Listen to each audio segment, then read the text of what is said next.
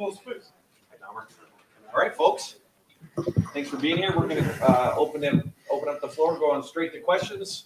Front row left, Dave Biddle, 24/7 Sports. Brian, you hired a head coach of the defense, as you called him, and Jim Knowles. The early returns look good. I'm sure you're happy. Can you just get into that a little bit, please? This was a great start. I think that when we talked about this leading up to the game, that's the start we were looking for sure. And I think the combination of the experience and then the scheme and everybody coming together.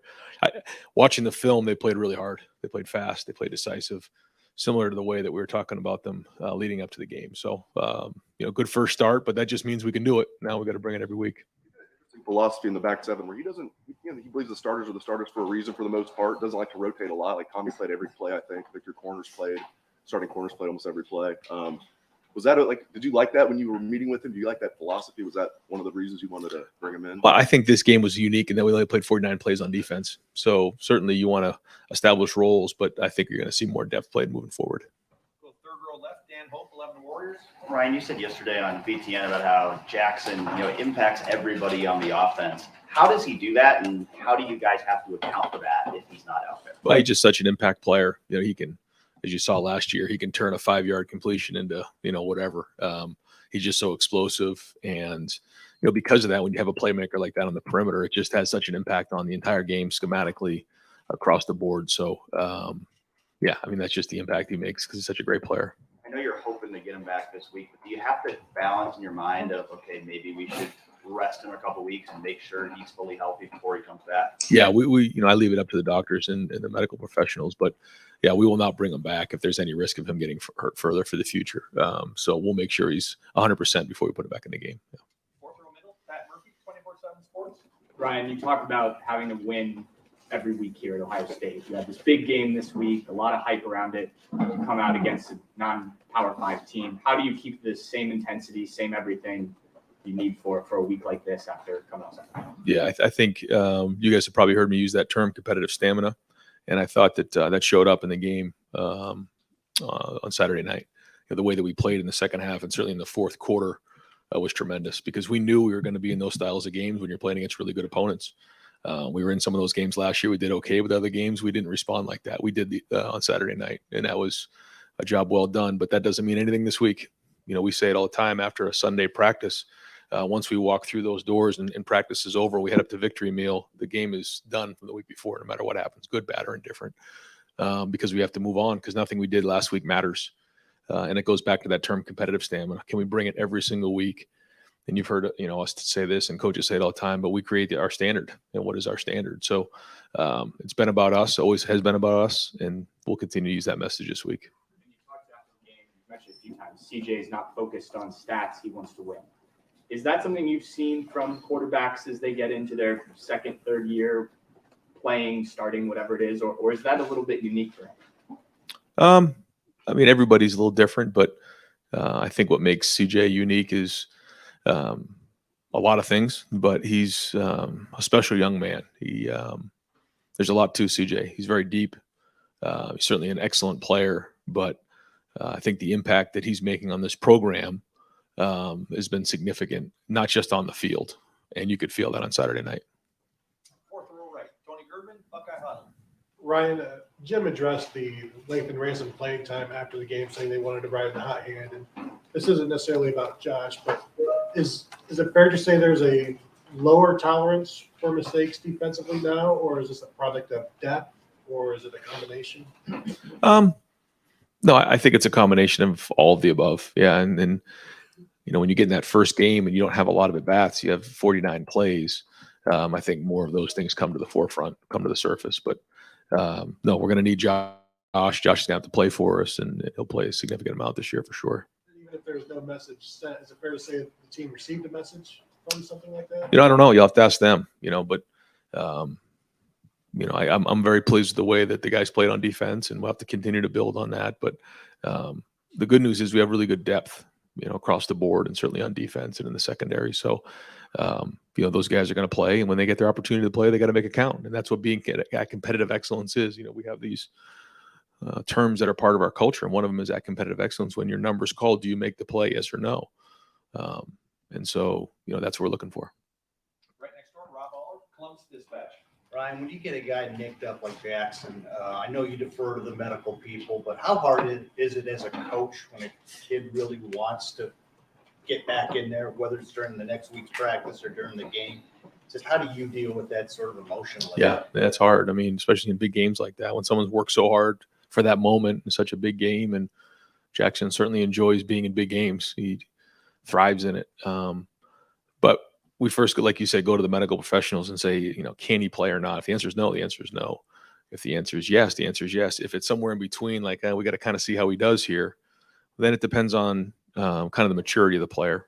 And with Jackson, we trust Jackson, so we wanted his feedback, and we tried to see if he'd get in there and play, and then just said, I'm just not going to be at my best here. I don't want to put the team at risk. And so we have a more experienced guy who's played. You can kind of trust him a little bit to give you some feedback if it's one of those things we're trying to figure out. But at the end of the day, it comes down to the doctors and the trainers. You've done this a long time. What impact does a serious injury to a key guy or any guy have on the team? I know it's next man up, but like to the vibe of the team, what does that do?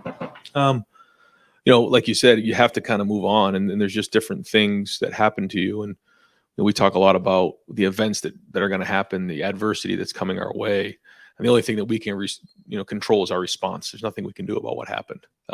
Whether it's, a moment in the game, the score of the game at halftime, or something that happens to your teammate like that. And so we try to focus on the response so that we get the best outcome that we want. That being said, it's not always easy, especially when you have a leader and someone who makes such an impact. So,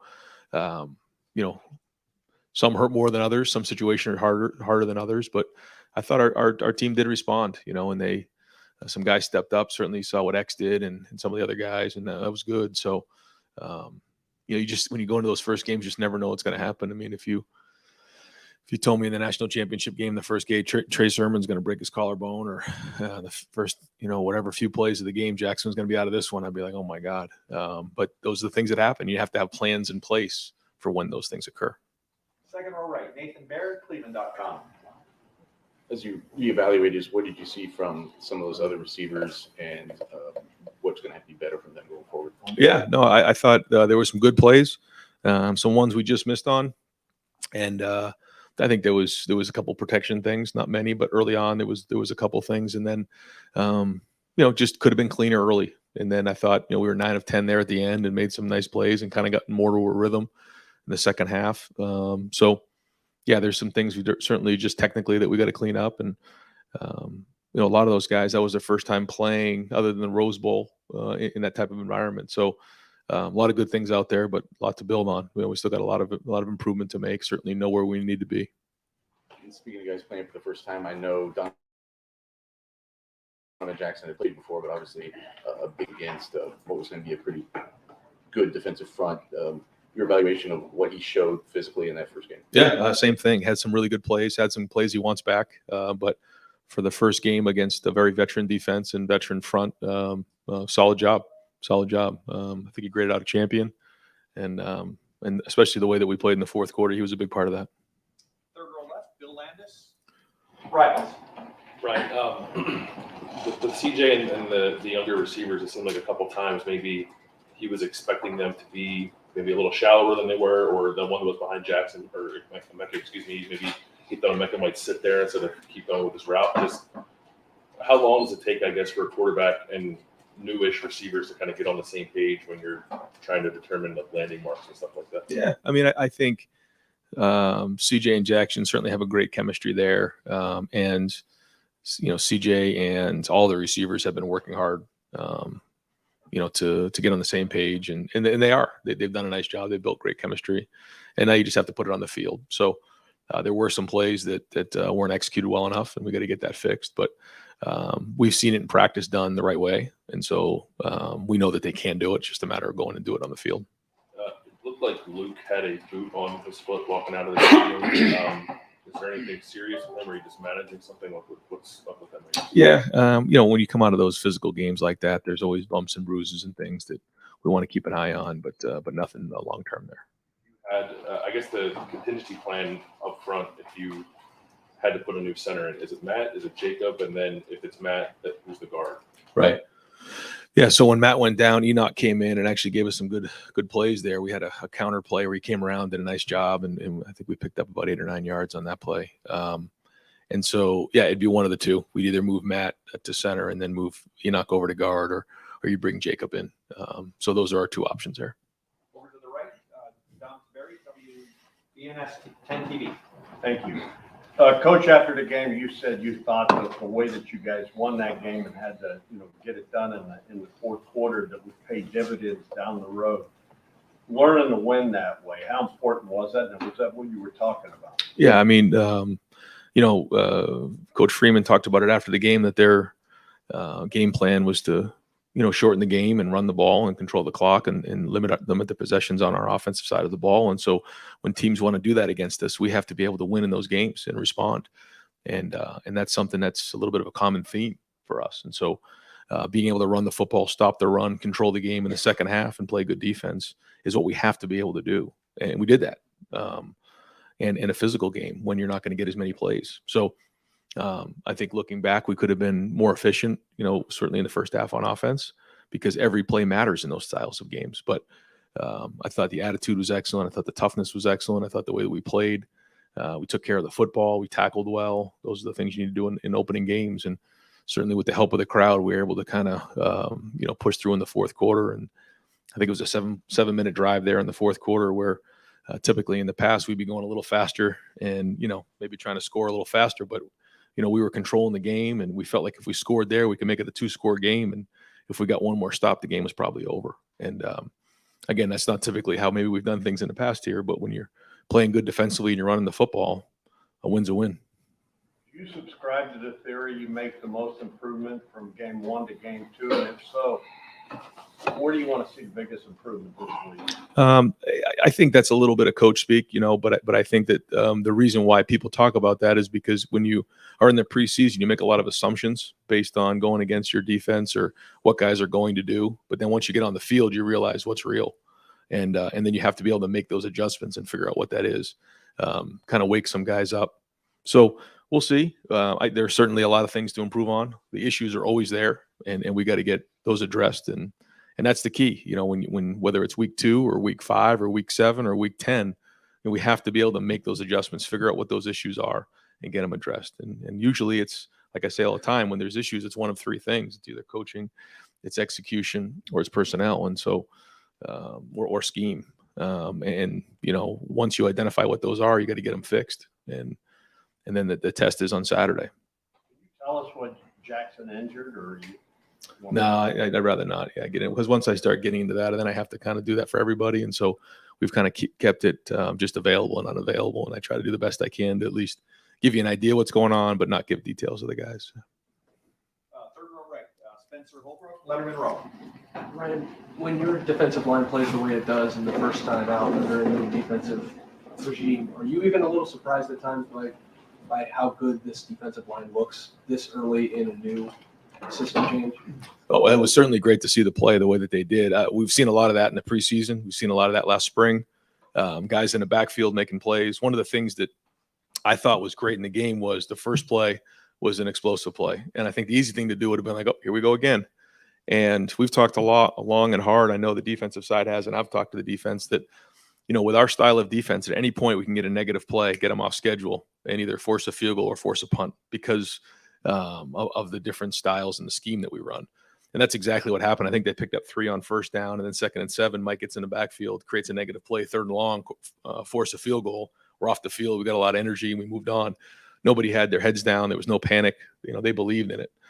And I think that's Jim's mentality is, give me a yard and we'll defend it.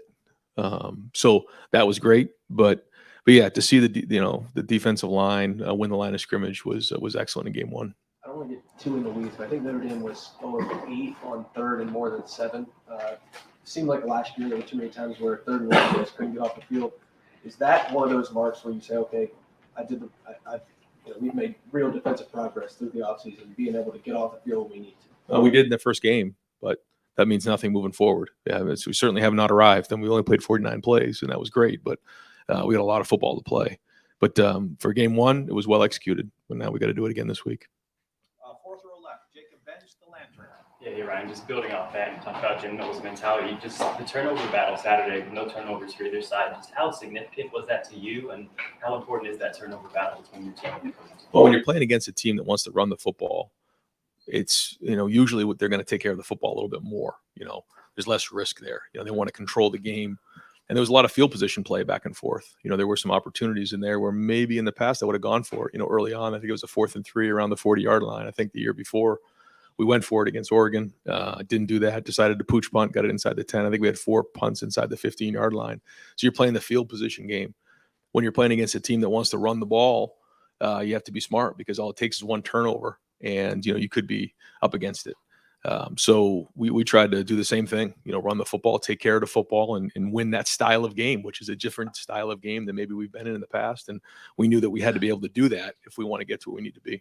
Gotcha. And then offensively, talking about running the ball, just going into this week's game, next week's game against Toledo, just how do you plan on managing the running backs between Travion and Mine there? I know they split carries for majority on Saturday. Yeah, we'll move forward the same way. I thought they really complemented each other well, but they both really ran hard in the fourth quarter after looking at the film. I mean, I felt it when we were on the field, but after watching the film, boy, it was pretty impressive to watch those guys run that way. And they took care of the football, and that was a huge challenge for them. That's their number one job in this offense, is to take care of the football.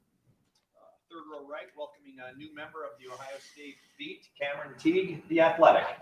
Hey, Ryan, you mentioned Mike Hall. I had a really good day against Notre Dame. Just what do you want to see from him when you looked on the film? Kind of what do you want to see from him going forward to kind of build on that game? Well, I think anytime you come in an environment like that, you prove that you belong, and he certainly did. But now, what's the response to that? Is it okay? I'm here and now I start to feel good about myself, and I take a step back and gear down, or do I continue to build on that and now show that I can be consistent? Because if you want to be one of the better players in the league, which he certainly has the ability to do, he's got to bring it every week, and that's what the expectation is. So it's one thing to flash in the game; it's another thing to be consistent throughout the entire fall. Front row right, Austin Ward, Rivals 97.1, The Fan. Ryan, what was the degree of difficulty on that CJ throw to Mayan on the touchdown drive? That's as good as I've seen. Yeah, I mean, the difficulty on that one was really hard. He's going to his left. He got flushed. First off, he did a great job getting out of the pocket. He spun out of the pocket. Mayan came back. It was a throw against the sideline, going to his left, and probably the only place he could possibly fit it. And then Mayan had to catch it clean, otherwise, because it was so little margin for error there. Big time play in a big spot. I think it was 3rd and 3. And got flushed, and he made another play like that on the sideline to Emeka. I think in the 3rd quarter, 2 really good movement throws. I was thinking about that a couple times with the spinning out. We saw Justin maybe do that way more, and Dwayne had some of that. Is that, when you've talked about him using his legs, is that the stuff that's more important to you than him actually running, carrying downfield? I mean, every play has a different set of circumstances. Certainly the situation in the game, down and distance. But extending is a big part of it, because it allows receivers more time to get open downfield. But I think if you watch the move, he's moving different.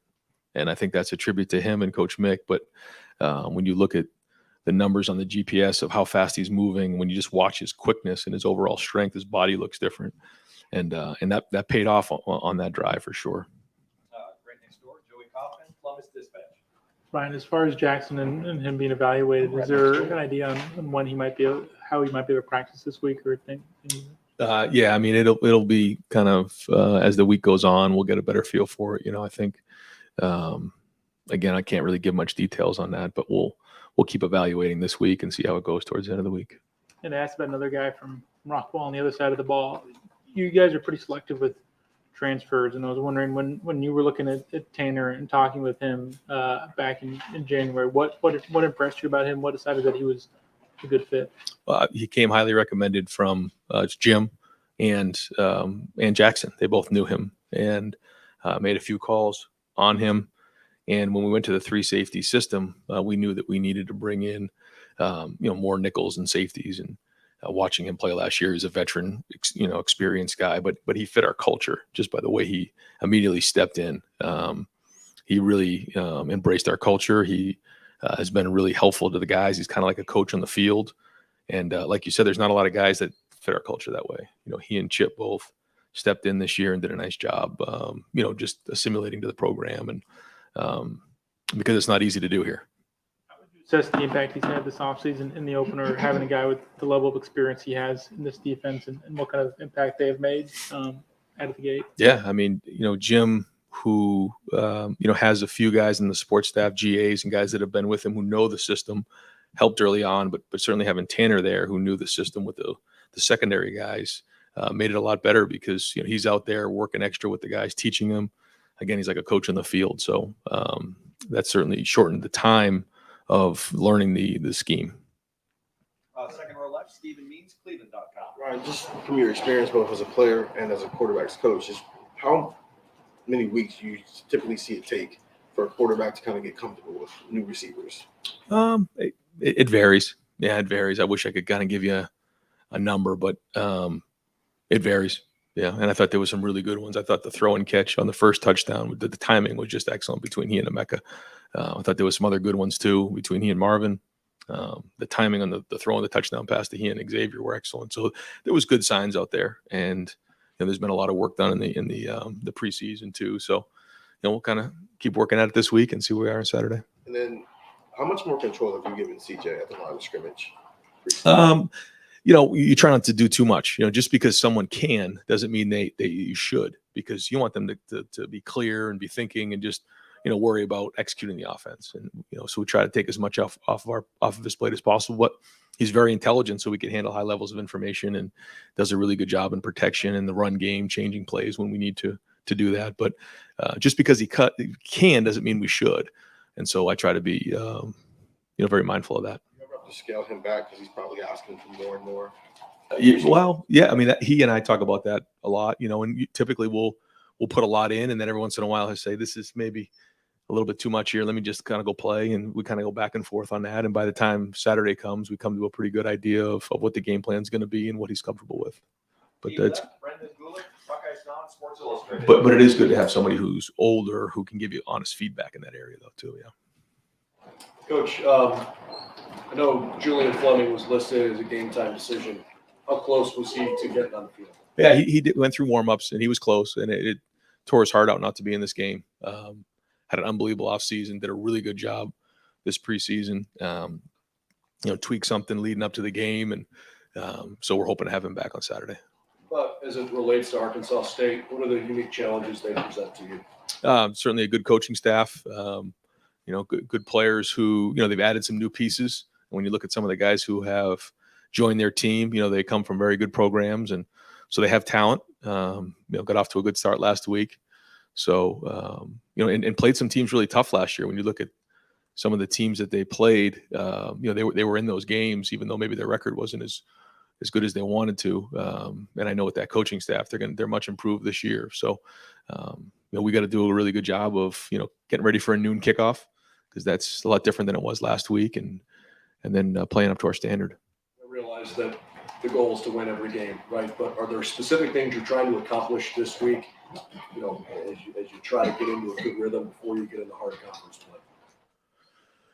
Well, I felt like last week was like a conference game. So we've been working towards that the whole preseason. I mean, we were tackling, we were doing all those stuff. Everything was in. Like, it wasn't like we had time to kind of move along with that. But I think this week it's more about addressing the things that we didn't do as well and continuing to build, trying to fix those things, build in other areas, and then I think we'll probably play more plays this week too. So you'll have an opportunity to just evaluate everybody a little bit more.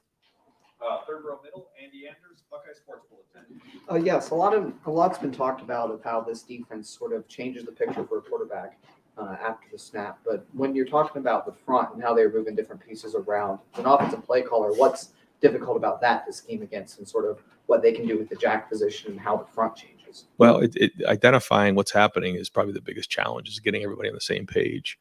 And when you're having a hard time communicating and identifying what's going on, it can create confusion. And I think that happens sometimes. And so I think at the end of the day, what happens with this style of defense and Jim's philosophy is they make you work every play, the quarterback and the offensive line. Over here, far right, Clay Hall, WSYX. Given, Ryan, the hype of that game, the build-up, the months of this is going to be the greatest thing ever, and the stakes of the game, how big a hurdle was that you cleared? Huge. Yeah, it was big. but so is every game around here. If you don't believe it, try losing it, But that being said, there was a lot of buildup, like you said, leading up to the game for sure.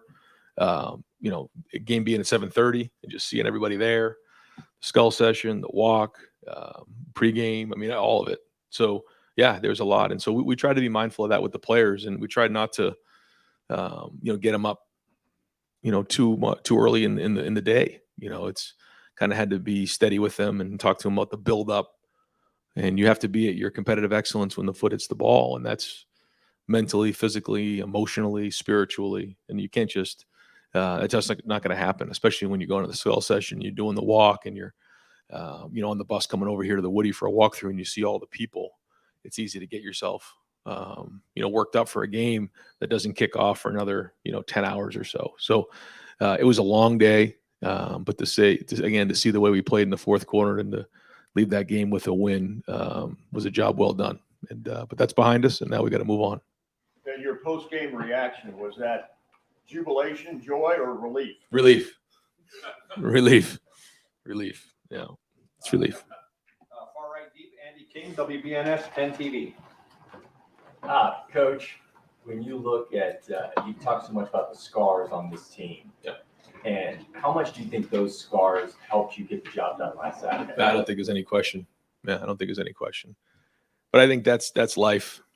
You experience things, you learn, and you don't always appreciate things until you've had some things taken away from you. And that's kind of what happened to this team last year. Happened to me, happened to a lot of the players on this team, the veteran guys, and you learn from it. And it can do one of three things. You either crumbles you get through it, or it makes you stronger, and you decide how that outcome is going to be. And the way that our guys went through this off season, I'm proud of that. And it's just a start, just one game, but it's a good start. When you looked at that sideline before the game, when you think of representing Ohio State, maybe you have some people that are interested in Ohio State. What's it like to see Buckeye Nation crowd like that? Oh, it was huge. Yeah. And I think that there's a huge part of Buckeye Nation that likes the way we played. Just gritty, tough, physical. 100th year anniversary in the shoe, a little bit of a throwback game maybe. We tried it. We had a couple plays for the fullback, didn't quite get to them, but they were ready. We did get pretty big down in the red zone once, so I know Coach Tressel was looking for the power play. We didn't get that one in there, but no, it was great. And in the atmosphere there was certainly electric and a lot of fun. So again, we still got 7 more at home this year, but good start. Front row middle, Bill Rabinowitz, Columbus Dispatch. Yeah, Ryan, you said, we all know that you pointed to Notre Dame. Everyone knew that was the first game. No offense to Arkansas State, but nobody was doing that for this one. You talked about competitive excellence and stamina. Right. How big a test is that this week? Because, look, this is not a marquee game. It's something that we've talked about in the preseason a lot, though, because we knew we'd be in situations where you have to bring it every week. And so now we'll draw upon that. I mean, there's not going to be one of the surprises that we haven't addressed and said, man, it doesn't matter. Every single week you got to bring it. Otherwise, you don't have a chance to be a champion. So we're just going to draw upon that and figure out where we're at. But I'm hoping that the maturity and leadership can lead the way this week. And what was maybe something overlooked Saturday that really pleased you? Obviously, the passing game took a while and didn't really click the way you wanted. But was there something that just stood out to you? I thought the locker room at halftime was excellent. I thought the sideline was excellent. I thought the way there was a clip after we threw the touchdown pass to Xavier in the end zone where all 5 linemen and Travion were absolutely going crazy. They were just so excited to score that touchdown. And then just the excitement on the sideline afterwards. And the way that our guys in the fourth quarter just had a look in their eye. And the way that in the 4-minute coming back out there, and they're not going to get the ball back. We're just going to find a way. And then see to Travion, the way he ran a guy over and then runs hard. Like they just weren't going to get denied. And that's something you can build on. Halftime. What happened at halftime? Just a lot of positivity in there. Just a lot of talking, a lot of guys communicating with each other. Just a lot of positive vibes, trying to figure out solving the problems. Where, I've been in locker rooms before where there's just not a lot of talking going on, but But these guys, there was energy in there. They were talking. They came out of the locker room with juice. And they just had a look in their eye that they weren't going to get denied. And again, that's what we were trying to build on this summer. Time for two more. Front row right, Tim May, Letterman row. Thank you, Jerry. More fluid is the way I would describe watching CJ roll out of some of those situations and get to the edges, et cetera. Did he work on that in the offseason? Did you press that, or did it just for a second-year starter, does it come a little bit more naturally? We certainly worked on his athleticism and tried to get him stronger and faster with Coach Mick, and he did that. He really attacked the weight room this year, and you just feel it. But no, we've been doing some throwing on the run, and we've been doing some different things with him, and certainly worked on scramble drills. It's been a big emphasis for us, just with 7-on-7 and some of the things that we've done, and with our defense doing a lot of drop 8, we had to, with the 3-man rush. If they're going to drop 8, there's only 3 guys in rush. So to identify that at times and then, extend the play makes sense. And it's something that we have worked on some, but a lot of it has to do with him just feeling the game and seeing it. Yeah, I got about 50 questions, but I'll just ask 2 more quick. Okay. Xavier Johnson, not only did he go in at that moment, but he was up for the moment because obviously on that touchdown, I think they blitzed both safeties for the first time all game. Yeah. Maybe I'm wrong. Oh, you're right. What does that just tell you about his awareness? And obviously CJ has had that for a while now. Yeah, I know. What just piqued you about that? Well, it was zero pressure, and in competitive excellence, game on the line, they, like you said, they brought both safeties in the A gaps from depth, and they both recognized it. Yeah. Xavier did a great job of setting up the safety. CJ drifted away from the pressure. Got bought a little bit of depth. Sometimes you kind of have to throw that off your back foot, and you try to give a little air out there. Very well executed in that moment, but that was well done. Does that get him more consideration down the road now that Yes. he was up to the moment? Absolutely, yeah. Because you never know until you get in there, Yeah. and to see him play like that, he caught 2 balls in a row in a big moment.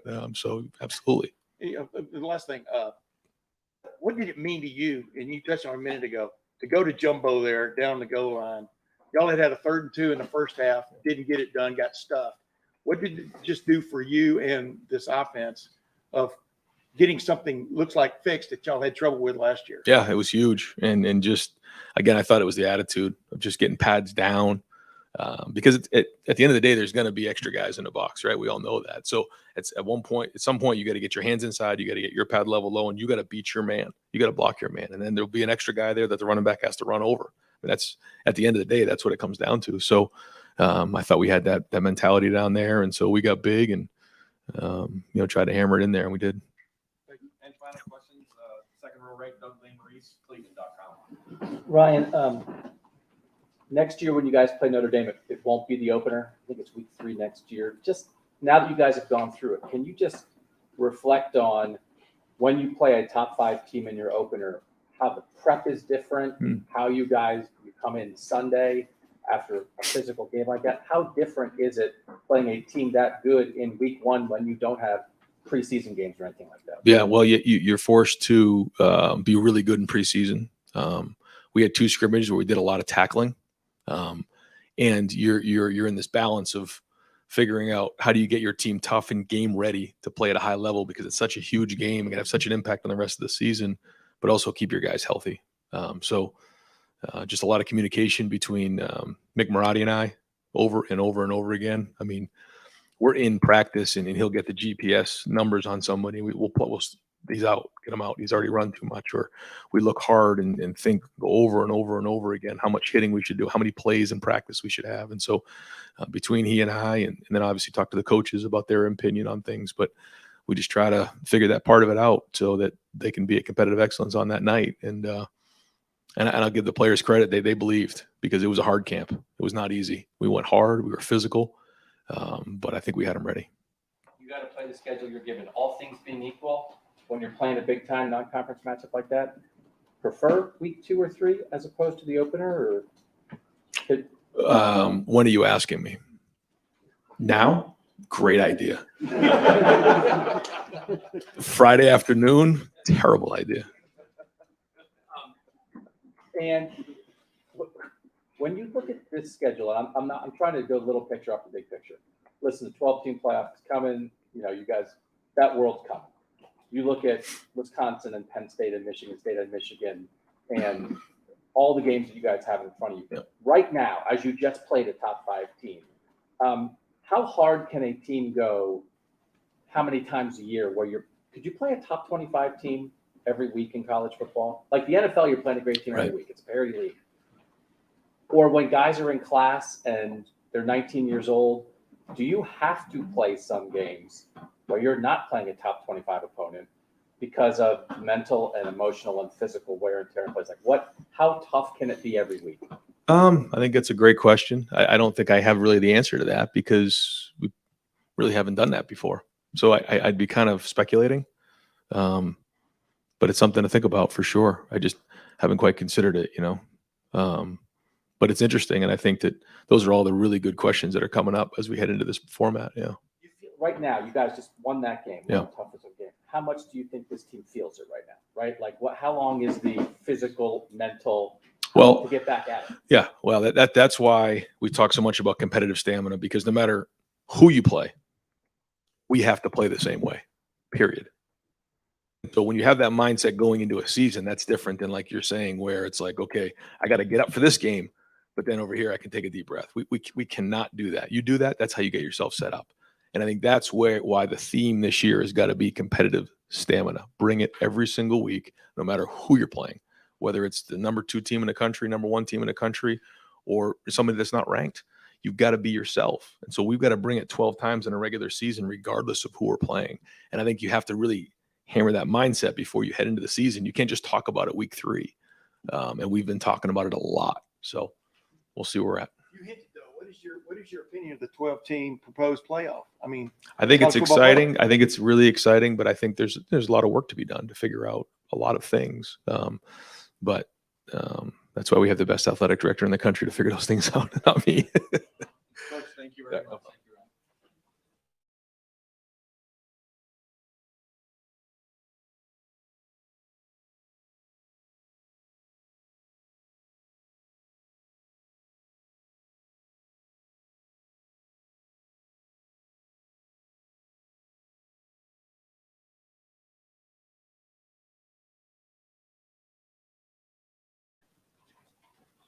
We'll open it up third row middle. Andy Anders, Buckeye Sports Bulletin. Yes, just first your evaluation of Lathan Ransom and how he played when he got in the game. Andy, it didn't surprise me. Lathan's had a great fall camp. He practices well. He loves what he does. He prepares well. So what you saw on Saturday did not surprise me. Coach Knowles always talks about his trigger. Can you elaborate more on that and how you kind of coached that up?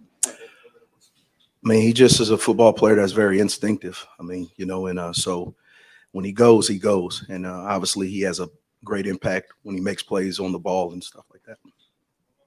Fourth row middle, Pat Murphy, 24/7 Sports. Following up with Lathan, obviously Josh starts the game. There's the play that everyone sees, but how much was Lathan in the game plan ahead of time? How much did that have to do with how Notre Dame played? I mean, the two of them seem to kind of step in for each other. So how much was that part of your plan beforehand? Pat, for Lathan and Proctor, I'll go into the game plan more so. How did they prepare during the week?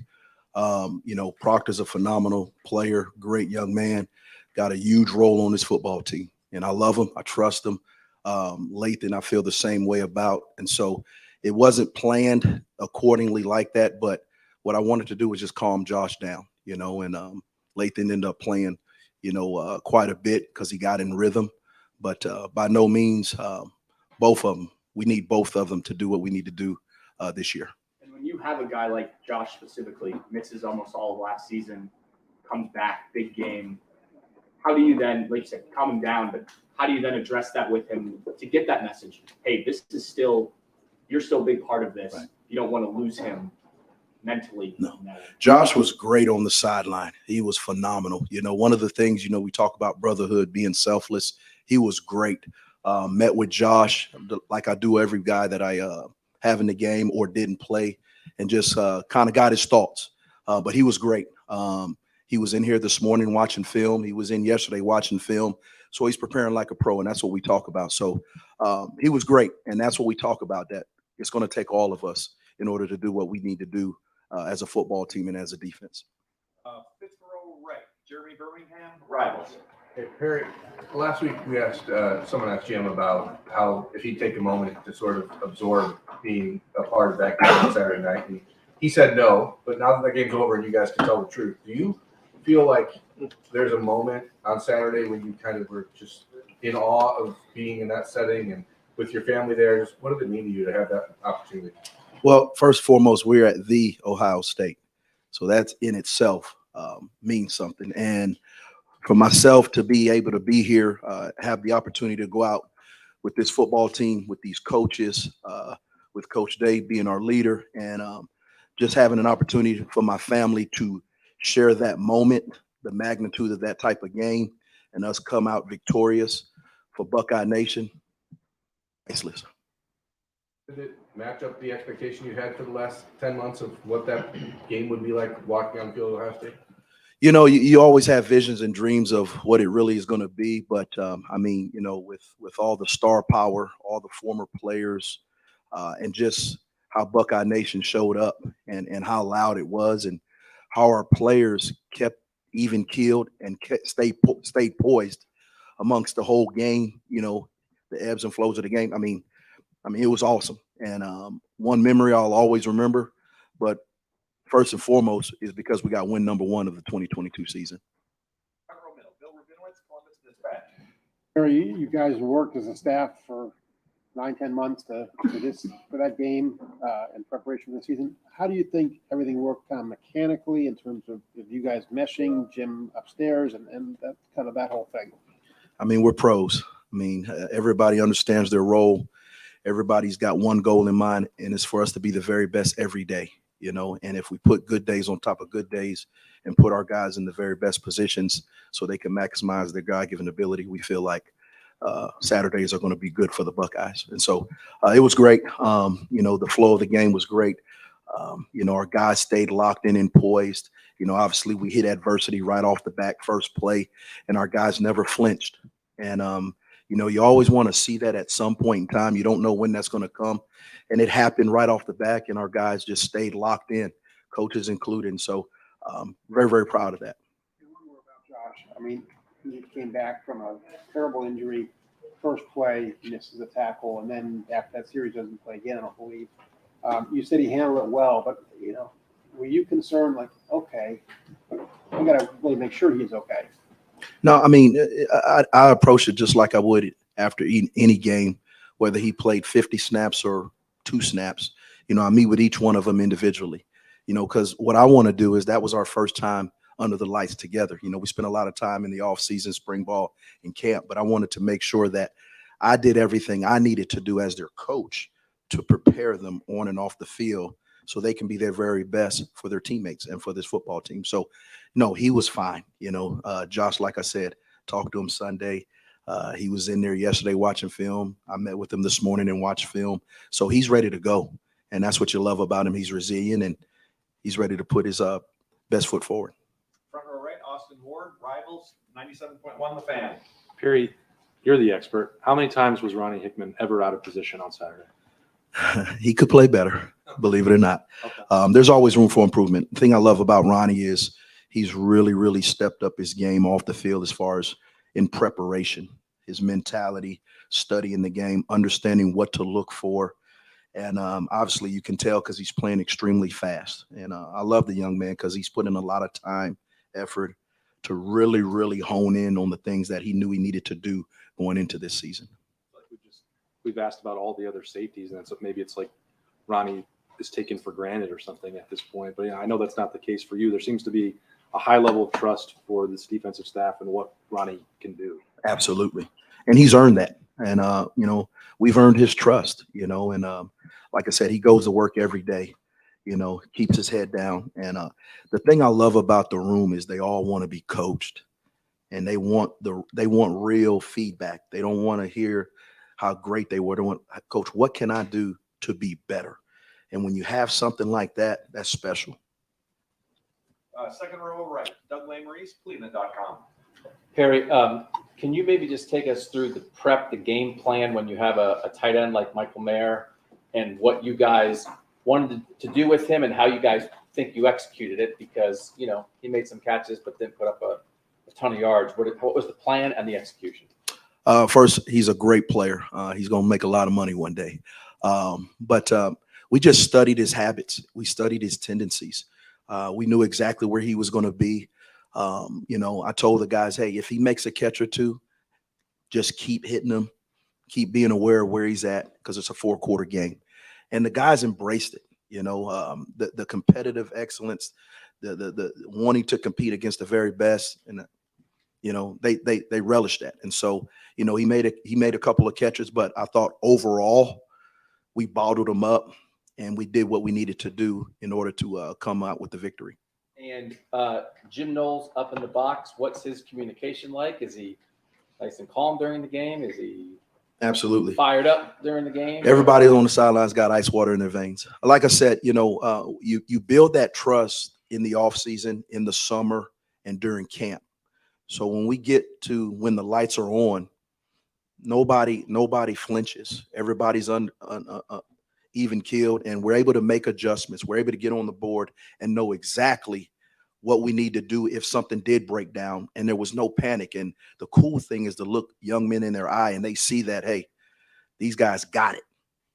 And now we just got to go out there and continue to execute. So there was no issues there. You're saying that when the players look at the coaches in game and say, these guys know what they're doing, listen to them, and this is going to work.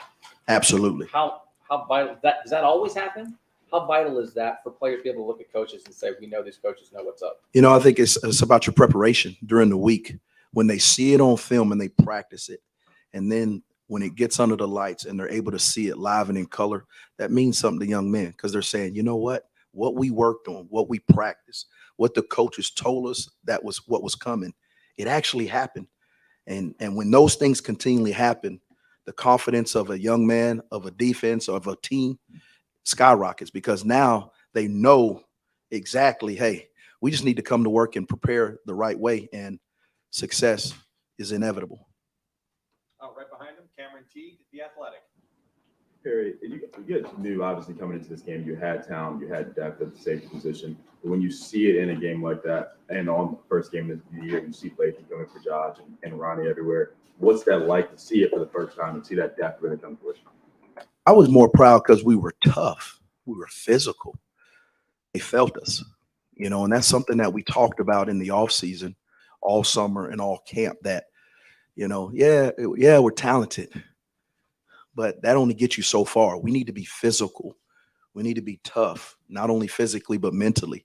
We need to understand when adverse situations hit, stay locked in and keep grinding.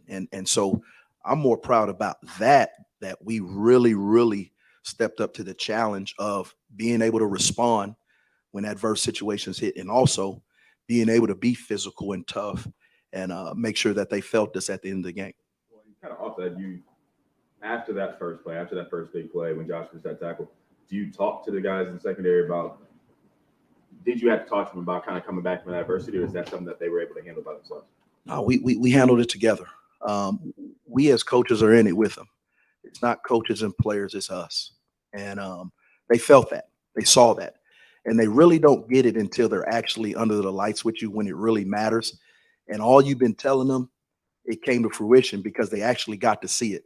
So being able to do that now, it just brings us that much closer. Third row left, Bill Landis, The Athletic. Wrong. No. Wrong answer. It's okay. We're ready to end this right now. Early in the game, when Lathan stuck Bear on that third down stop, and then stopped the guy who's 60 pounds heavier than him, kind of dead in his tracks, what kind of tone did that set for, like, maybe just your safeties in general, but I'm assuming that kind of permeates through the entire defense? Just what did you feel in that moment? Absolutely. First and foremost, it was a money down. So they had already had a tendency. That's who they wanted to get the ball to, so we knew that going into the game. And so for Lathan to do that, it's just more than anything. We talk about being BIA, so every day you wake up, every day we come in this building or outside this building, every time we take the field, there's a representation of all the great DBs that have come through here. So when we say best in America, that's a walk of life. That's who we are. And that's what we believe. And that's how we have to be each and every day. And so, like I said, it doesn't surprise me because of all the hard work, the preparation that Lathan and his teammates have put in each and every day that nobody sees, and so we talk about it all the time, unseen hours, unrequired work. That's real. We live that. It's not something that we just say, but we actually live it every day. How does a guy like Lathan physically do that when he's just, he's not the same stature as Michael Mayer? He's given up quite a bit there, but they tried it and one guy went backwards and it wasn't Lathan. How does he do that? Coach Mick, weight room, desire, heart, and we only going to play one way. We will be physical. We will be tough. We talked about it, and we want to put it on display. I don't know what you heard, but that's Bill Landis from Rivals. Third row middle, Jack Emerson, Buckeye Sports Bulletin. Hey, Barry. When you have a guy like Tanner who has so much experience in the system, in a big game like that, when the crowd's wild, how important is it to have a guy like that to maybe calm guys down to maybe be an extra coach on the field in a game like that? I think it was more just, the build up to the game. You're always concerned about that as a coach just because of the build up. I mean, it's a big time game, top five, two top five teams going at it on primetime TV with all the star power around. I mean, you could get caught up in that. So Tanner's done an excellent job since he stepped foot on campus. He's a very, very mature young man, very smart, and he's embraced our culture from day one. So to have him on the football field is awesome. He does a great job in practice. He does a great job in meetings. Fourth row right, Tony Girdman, Buckeye Huddle. Perry, when we look at the schedule, we see, you guys might have to play a third linebacker against this team, a third linebacker against this team. You guys didn't do that at all. I was going to ask how proud you were of your guys, but we already know that answer. What's the conversations among the safeties and you guys afterwards that you guys held them to 2 yards of carry and then you did it with 3 safeties instead of 3 linebackers? Like Jim said from the very beginning when he got here, we're a safety-driven defense. So there's a premium and an expectation on each and every safety, just like each and every defensive player. We all have our roles, and we talk about being champions in our roles all the time. And so they knew what the challenge was when they got in the big personnel people, and they were willing to step up to the challenge, which I didn't expect anything different from them. You actually then see it. Like, how much better do you feel about the next time you'll see it, or the next big game that's going to be faced up? I'm focused on the Red Wolves right now, but we'll be ready. Second row left, we just have time for a couple more, folks. Second row left, Stephen Means, Cleveland.com. But we've heard Knowles' stance on rotating versus playing the starters. Was Saturday more of first big game, you just kind of went with who you trusted, or is that what we should expect going forward? You kind of ride the hot hand, whoever plays. I coach with my heart, and I coach with feel.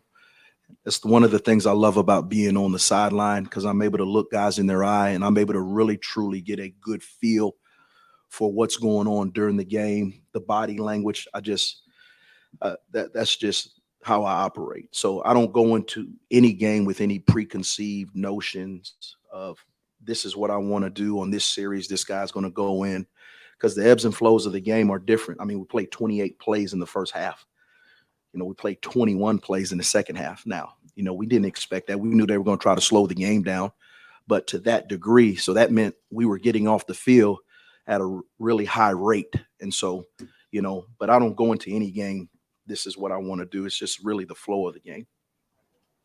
Front row right, Joey Kaufman, Columbus Dispatch. Perry, just to follow up on Tanner, people have talked about him and his knowledge of the scheme being helpful, but as a player and manning that slot corner, what did you see from him Saturday? How would you just evaluate him as kind of like the role he has in that slot? He did what was expected of him. He didn't get a ton of action at him. There was a couple of plays that he knows he's got to play better, whether it be a technique or a fundamental issue, but overall, he played well enough for us to do what we needed to do to win. And right next door, we'll wrap it up with Tim May, Letterman Row. Thank you. Did that match at all? That atmosphere match at all? That first game in Lumberjack Stadium? Negative. Okay. I was going to say, Nacogdoches says it's no, come a long ways. Yeah, come a long ways. When did you know in spring or even preseason camp that Lathan Ransom? What was that moment? I would think there's got to be a practice or maybe a series of practices where you could count on him. I mean, you understand what I'm saying? That he was back. I mean, from a compound fractured leg or whatever he suffered in the Rose Bowl. When was that moment?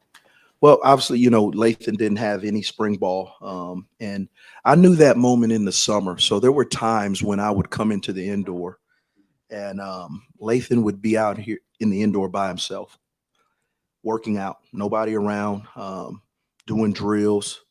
And I would just watch, from afar. And, I was impressed, because he didn't have to do that.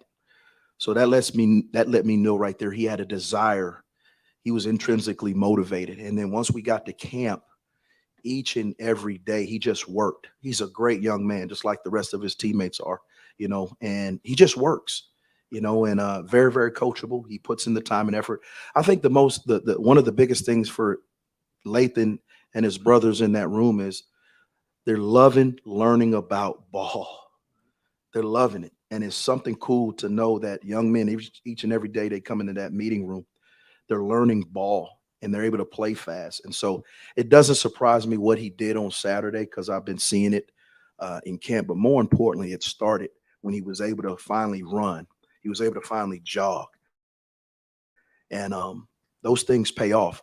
And from a safeties coach's perspective, looking at the Red Wolves that you pointed out, what stands out about their offense? Obviously, they juiced it up. They got a running back that used to be here a long time ago, was dismissed from here, but Seams is in there, and then Blackman started, a couple of seasons for Florida State and stuff. What do you see when you look at them? They're a good football team. They really are. They're a tempo offense. They go as the quarterback goes. I mean, he's a big target back there. He stands tall in the pocket. They got really good skill around him, several transfers, and so we got our work cut out, but that's why you play the game and that's why you compete. Thank you, man. Great. Coach, thank you very much. Thank you very much.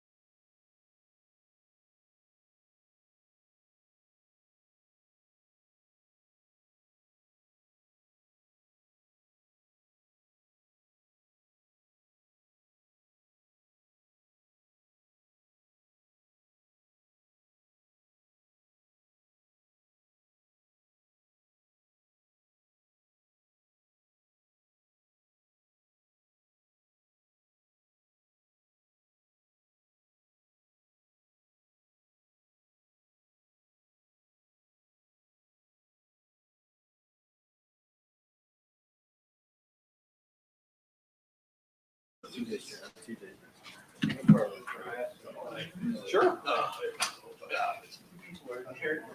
All right. Welcome CJ Stroud to the podium. We'll open it up. Far right here, Dom Sperry, WBNS 10 TV. You've had a couple days now to look back at it. Just overall, most things you were pleased with, things you feel you need to step it up with after one game.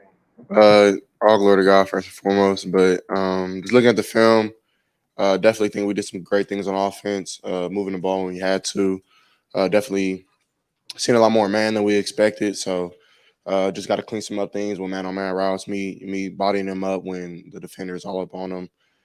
Just little things like that, but I felt like we did well with pass protection. Pass protection was amazing the whole night. My O-line did a great job, and they even dropped 9, and we still got a third down conversion. So I'm proud of my guys who just keep fighting, not knowing all the looks that we're going to get going into week 1. So especially a tough team like Notre Dame, number 5 team in the country. So it's kind of tough knowing that they're going to do some different things. And I felt like we handled it well all week at practice. So I'm happy with the victory. How about the grit that you guys showed, especially in the second half when you had to go out and win that game? And there was some old school football out there running the ball with Mayan and Travion. Just talk about the job that they did and that's knowing that you guys have that in the well. Yeah, I mean, it's a great feeling. I definitely think that that's something that we've been pushing since all season. Not just running the ball for 2 to 3, but trying to get 4, 5, 6 every play. And I definitely think that we did that. I know mine averaged 6 yards a carry. I know Trey probably averaged somewhere around there too. So even when stuff wasn't there, like they're running through people, which definitely think you need. But I think that we built that in the off season, just lifting weights and pushing sleds and doing things like that. We definitely changed the narrative on that. I felt this game, and one game doesn't define us, though. We got to keep doing it. So. Second row right, Doug Maurice, Cleveland.com. CJ, Coach Day was talking again about that play when you rolled out and found Mayan on the sideline. Can you just take us through that play and like what goes into that as a quarterback when you're escaping pressure and trying to find a guy? Yes, sir. It was a drop 8 coverage, so really 2 to 3 hole players. I just watched it on film, but when you have drop coverage and you have man coverage and you have hole players, it's tough to get cross routes going. So that was our concept. We had a crossing route, and so I'll read the widest defender. He ran out like it was man, so I go through my man principles. I first alerted mine. He had a wheel route, but mine isn't really a burner. So he was decently open at first, but I wanted to see what else could be open. So I kept going through my progressions. And then X kind of got bumped by his whole player, who was a Mike linebacker, number 27. And so as I did that, I tried to go back, but then I kind of felt a little pressure on my face. So I rolled out, went through. I knew it was third down, so I wanted to get the first down. I mean, I didn't want to turn the ball over right then and there because, I mean, if that's the case, then it's even worse. But even if we don't get it right there, it's fourth down, we punt, and then if they score, we got to get the ball back and go on a 2-minute drill in the game. So, I mean, just being the competitive stuff I am and don't mind just being competitive. I just wanted him to come back down, which he did. We had that same rep during practice this week, and it didn't end up going like that. It was actually mine didn't run the route all the way. So this time he actually got it right. I seen him kind of through the corner of my eye, and I mean, I feel like it's something God blessed me with to be able to throw the ball and around a little bit. So just try to put in the best spot that he can get it where the defense couldn't, and mine did a great job getting his toes in. So it was a great play. Definitely, I feel like that changed the game. Definitely put in the game more in our control. So it was amazing. I mean, you guys are often so precise in the passing game within structure. How important is it for a quarterback to be able to do that and keep a play alive? And how have you worked on that? How do you work on that? How have you worked on it this offseason to be able to do that in that situation? Yeah, we call it second part of the route here, basically scramble drill. That's probably like the universal term. So just working the scramble drill right then and there, just knowing the situation. I definitely think we've gotten better at situational football here, just knowing when to start down, knowing that we got to convert and when we don't. So I feel like that was really important right then and there in that game.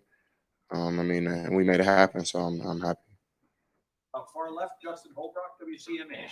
When it's such a big game like that, physical, mental, emotional energy that you guys spend, come back on Sunday to the facility, how do you move on? How do you move off of the top 5 win and say we have to go face Arkansas State now this week? Right, yeah. I mean, definitely got to have short-term memory, but at the same time, you got to enjoy your victories when you got to smell your flowers. So I feel like we do a great job of that here. I mean, we have our champions meeting and the thing here, we're having fun. We had a good time doing that and seeing great plays.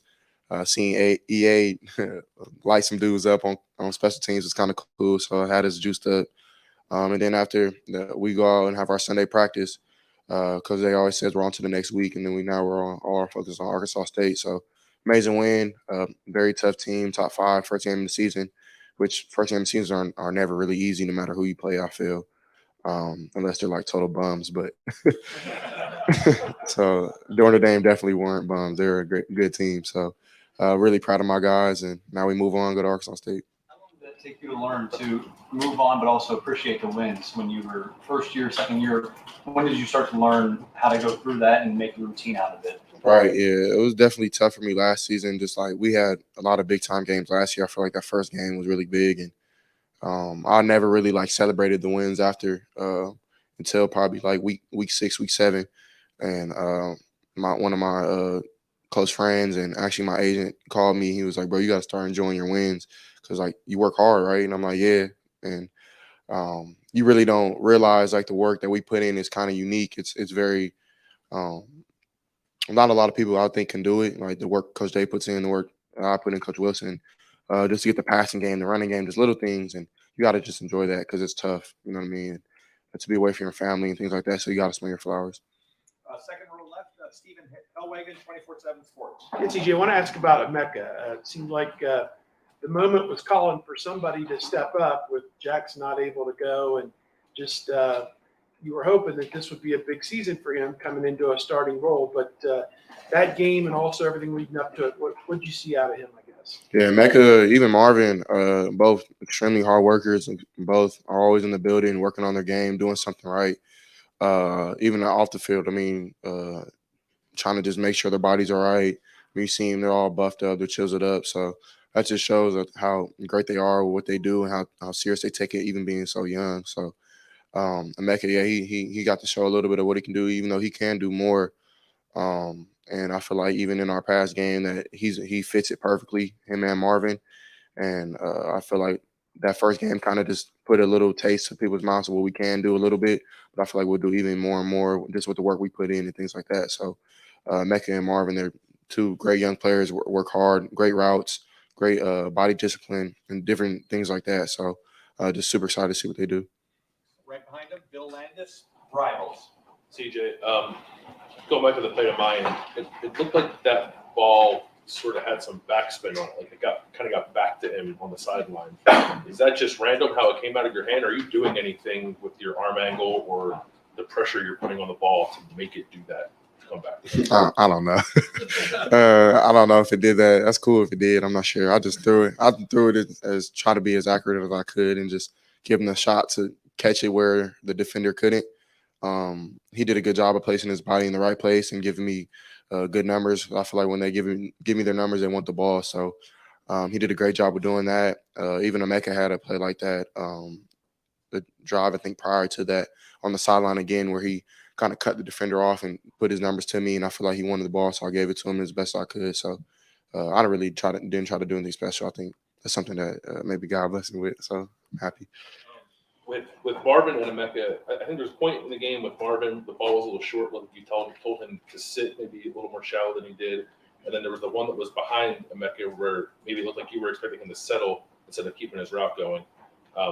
It wasn't pervasive throughout the game, just kind of 2 moments that stood out. But how do you, I guess, work through that kind of stuff with receivers sort of in between drives to make sure you're all on the same page with that? Right, yeah. I definitely think it's just conversation, just seeing what they see, seeing what I see. Definitely just gotta get through those things. I mean, me, Chris, and Gary and Zax went through that last season. Just feeling each other out, trying to make sure that we like what we're doing both ways. I mean, we all got to be on the same page. So it's just different things like that. Definitely not anything alarming. Just got to be better, best on my part. I mean, Marvin didn't do anything crazy. I just got to make that throw. Probably just make it a little harder, throw the ball a little harder. Then I'm not sure the one that Mecca you're talking about, but I mean, I'm pretty sure it was this conversation that we had on the top line. It was later in the game. He was like crossing over in the middle. There was like a little window that kind of was just behind him. Right. His whole player, Trey's man player ran with him. And if I would have threw a good ball, it would have been a pick six. So which I thought it was a good ball because I put it on the spot. Only he can get it. If I throw it in a good place, either he bats it down, he gets killed, or he. And I don't want my guy getting killed. So I think people who know football see that number 8 was standing out there, and he was looking back towards Emeka. So that's why I try to slow him down with the ball. So I mean, that's just a football play that I felt like I had to do. I mean, that's all right there. I don't think it was inaccurate. I thought it was a good ball. I was wondering if you were expecting him to sit a little bit. Yeah, it was a wrong protection. We should have had Trey on the opposite side, but it is what it is. We won the game, so. Right behind him, Jacob Bench, the Lantern. Yeah, hey CJ, just your offensive line with some new guards there up front, Paris at left tackle. How did you evaluate just communicating with them, loud environment, and just their play overall as well? Yeah, they did an amazing job. I mean, Donovan and being the youngest dude on the O-line, he definitely held his own. You could see him in the run game, moving dudes around. Even the first play of the game, I mean, he was going after dudes. So it's exciting to see somebody young like that with that much talent, that much upside. And in Paris, I mean, him going back to tackle off his natural position, did an amazing job on Foskey. Foskey was a really good player on film and definitely did some great things in the game. And I think Paris did a good job of handling him.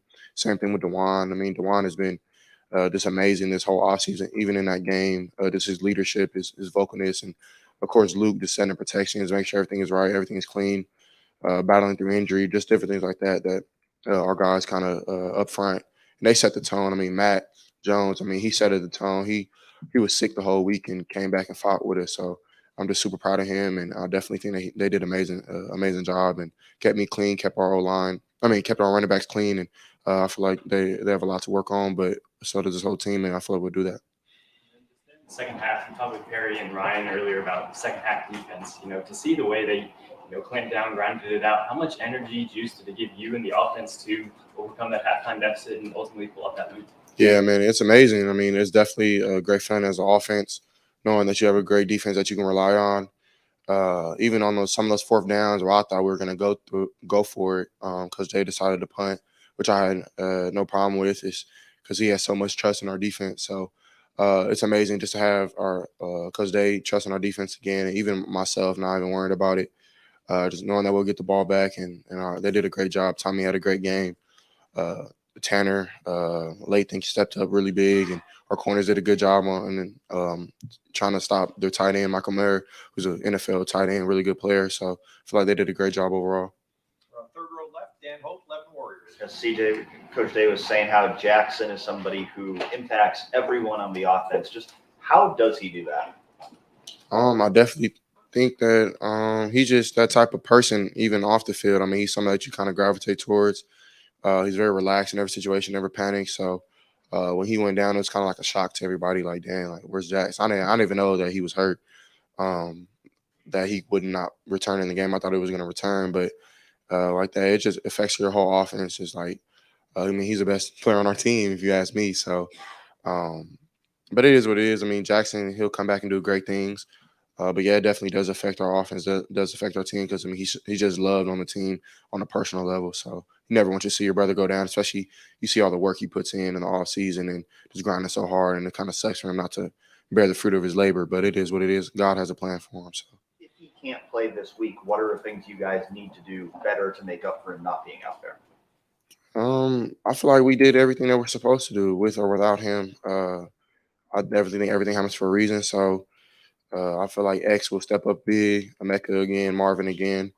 JB will have a good game again, and the younger dudes, we're calling them to step up. So it's an opportunity for everybody to have a good game and try to go out there and dominate, try to compete. So I'm not sure what we have to do better than what we did in the Notre Dame games, top 5 teams. So it's kind of tough to just pick them apart all the way. So I feel like as the season goes on, we'll get better at that. So excited for that.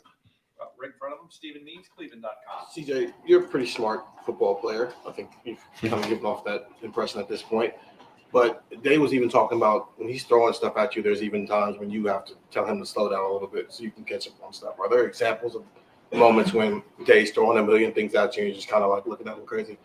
Yeah, I mean, I definitely think we have 2 different perspectives when it comes to certain things. Like Coach Day's seen things from him. I mean, he played quarterback as well, but he hasn't played in a while. So,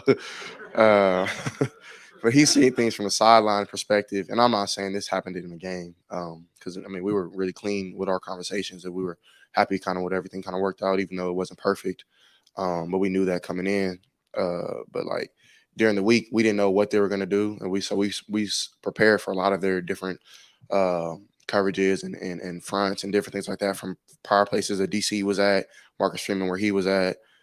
So like Cincinnati stuff, the Bengals stuff, just different things like that. So sometimes he would confuse me. I'd be like, Coach, I'm just going to go read the coverage and hope everything works out. But I mean, you can't do that. I mean, so he keeps me honest with that type of stuff and make sure I'm fully prepared. So the conversation is always good. Sometimes he does say a lot, but I think I can do a good job of just knowing what he means and knowing what I have to accept and taking into consideration for the game. So Spring, you were talking about putting more on your plate, especially pre-snap at the line of scrimmage.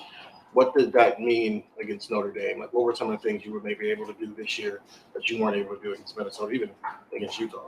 Right. Well, this game plan was kind of unique for us. We usually have a lot of checks and a lot of run checks that I have to go through, even pass game checks. And this game, they really just put the protections on me and Luke. So I feel like we did really clean with that.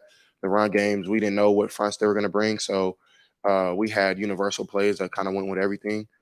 So I really didn't have to do too much this game, but I'm pretty sure as a year goes on, I'll probably have more. So I'm not really too worried about it. We've been working on it for the off season, and I definitely think that we'll be clean when it happens. At the line of scrimmage pre-snap, like, how does that kind of work? Right. I mean, he's like the vice president. I'm like the president. It's kind of like how it works a little bit. Like he'll make a claim, and I'll either veto it or make something else. So it's the truth. Like he'll set a protection because I mean I'm seeing everything from bird's eye. He's down in the stance, so if I see a rotation or see somebody's triggering, then I can flip it or I can base somebody, which means just he's the ID now. And our running backs did a great job of pass protection. Kind of made us whole, seeing where everything is coming from because I mean they're in a scan protocol going from left to right. So definitely, if us three are on the same page, I mean it all works out. Front row right, Joey Kaufman, Columbus Dispatch. CJ, when you were talking earlier about the throw to mine and escaping pressure, do you feel better handling pressure and being able to move this time than kind of escaping like a pass rush team did a year ago? I feel like last season I really didn't have those opportunities all the time. Even now, I'm probably a little more comfortable just moving around. I feel like I'm faster a little bit. My body feels bigger, so I mean I'm not worried about. And I wasn't worried about that last season, but I feel like I am more comfortable with my body and how it works now, being around like 218, 220. So, and I feel like I'm quicker getting out of the pocket on some of those things. So we worked on those things in the off season, and it just made me a little more confident. And then our players, and they're really smart in those type of scramble drills. So I just try to keep my eyes up and make sure that everybody's happy. Because if I just take off and run, I don't think, and the receivers are wide open, then I mean I'm doing them a discourtesy. So I try to give everybody the rock. How much of that is just being faster and quicker, or having like a sense of where the rush is? And I guess how does that kind of like factor in play versus you being faster versus just sort of your pocket presence? I definitely think it starts with the pocket presence, just like knowing what type of rush, if it's 3-man, 4-man rush, or if it's a blitz where it's 5, 6-man, even 7-man rush. So even in a zero play with X, they brought 0, and I knew that I wasn't hot yet because they came from depth with 2 safeties, and I knew I was warm. So I just had to get it on my hands. So it's just doing different things like that, like how many are coming, and just feeling the pocket presence. So, and then a little bit have to do with my body and how I feel with that. Right next door, Tim Mays, Letterman Row. Yeah, get back to that warm, hot thing. When you're up there and you see those 2 safeties, I think it might have been the first time the whole game they brought both of them. I mean, maybe I'm wrong, and you've got this Xavier Johnson sitting there. Is he seeing the same thing I am? Or what are you thinking there? I mean, just go through that whole thought process. Yeah, I mean, here's a guy that played much, Right. I mean, Coach Day and Coach Fitch, somebody who I hold near and dear to my heart when I go through my game plan and things like that. He helps me out tremendously. So he always tells me to have a game plan for 0. And they didn't bring 0 yet. So, I mean, but I was ready for it because it was starting long. They like to bring it with Notre Dame. That was kind of their tendencies of bringing it 3rd and 8+. So as I'm going up to snap the ball, I just was wondering, like, okay, what's my 0 plan? And now that's what the play. So that play, we called it earlier in the week. And I was talking to the guys like Jax, X, Emeka, because they play H. And I was like, if we get this playing in 0, do this and that. So that's what he did. So it's kind of cool for it to kind of pay off because sometimes, I mean, we just talk and it doesn't happen. So for it to happen was kind of cool.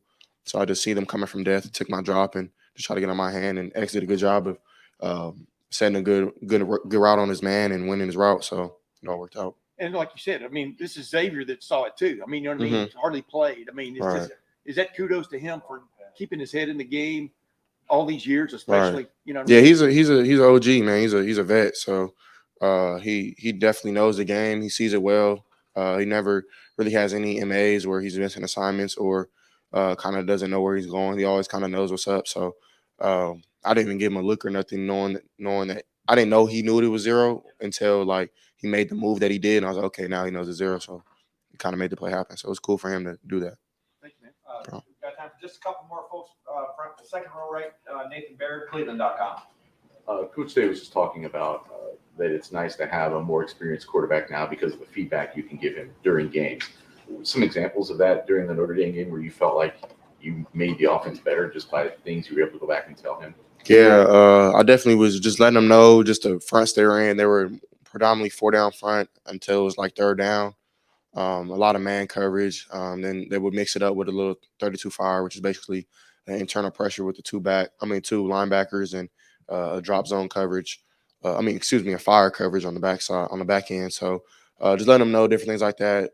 We thought we were going to get a little more cover 2, a little more 6, which they did run. And a couple of those times we made the play happen. So I mean, just coming back to the sideline, give him more feedback, and because I mean he's not able to see everything, and it's better, I feel like, for a player's perspective to give him what I'm seeing on the field. So it ended up working out, and I feel like that's definitely helped me in my game, just making sure that we're on the same page with Coach Day and play calling. So it was well.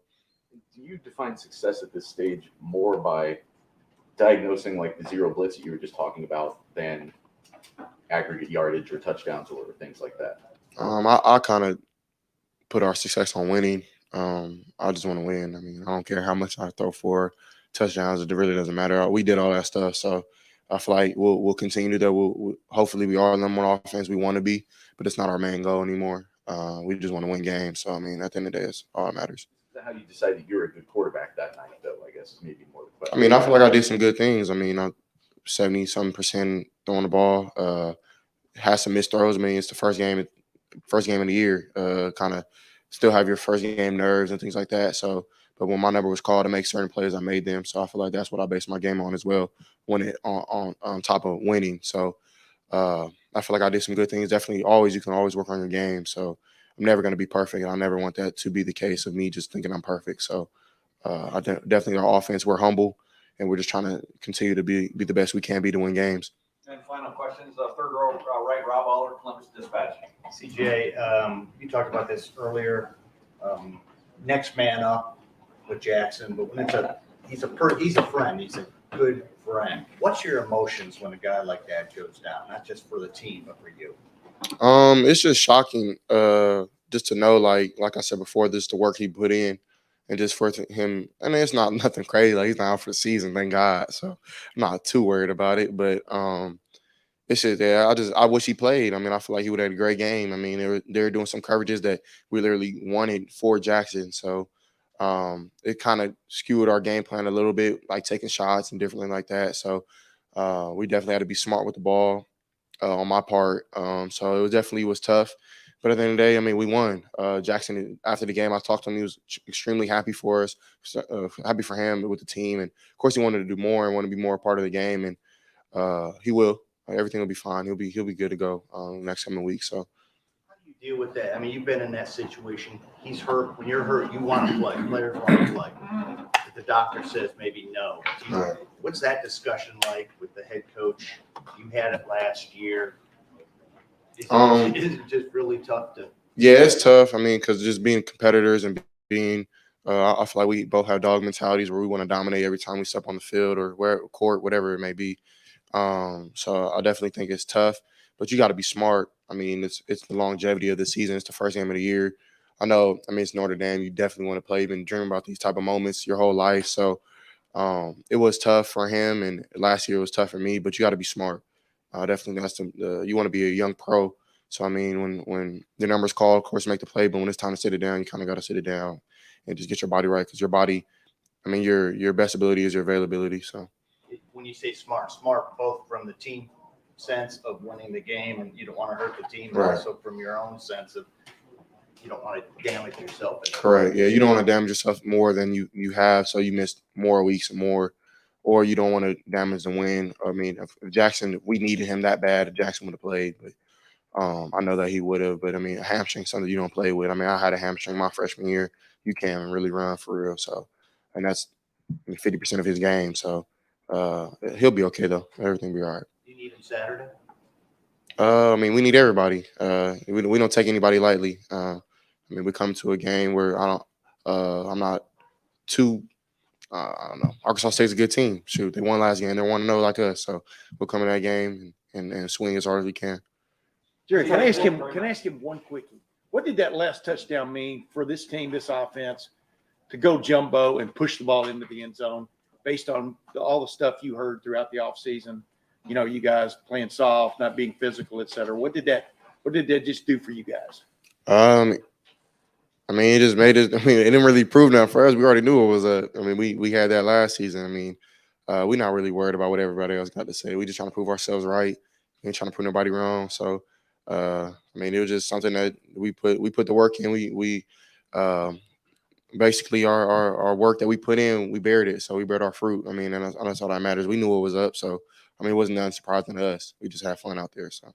And last thing on the mind thing, that play when it happened, how did you feel? You talked about enjoying wins last year. How'd you feel when it happened? How'd you feel when you watched it on film? That's the storyline. I'm super happy for mine, for real. That's my best friend on the team, and I've been enjoying. I mean, me and him have been talking about moments like this forever. So it was cool just to make the play. I didn't really think about it too much, just having fun out there with my boys, and I don't know, it was fun. So I'm not sure if I answered your question, but Watching on film, I thought that's pretty good, CJ. nah, I don't really do that. Bill, did you want to get a question in? One last question. Bill Rabin. Bill, you gotta calm, bro. You gotta be chill, bro. You gotta get your question, bro. We know Notre Dame was a test. They're not bums, right? Not total bums. Correct. How big a test will this be for you guys? Because this is not Notre Dame. Ain't no test. I mean, that was not a problem last year, but I feel like it was a problem, to keep it real. So we maybe play down our competition sometimes, and me personally, that's not something I never want to do. You always want to go out there and prove that you can dominate anybody you step on the field with. So I feel like every week we kind of have the same approach, watch the same amount of film, go through the same routines at practice. We're not going to be light on anything. We're going to make sure everything is done the right way, just so it can be done right week 2, so it can be done right in week 10, week 11, week 12. So definitely nothing will be passed slightly here, no matter who we play. So Luke walked out with a boot. If he can't play, how much faith do you have in Madison or Jacob or whoever it would be? Yeah, I mean, we worked these type of scenarios at practice where Luke would step out and Matt will come in or Jacob will come in, and I mean, I've trusted those guys too. I mean, definitely had to make some adjustments to that because Luke is so pivotal in his way to see defenses and see fronts and different things like that. So definitely will be an adjustment, but nothing crazy. Thank you, guys. Thank you very much. Thank you, God bless.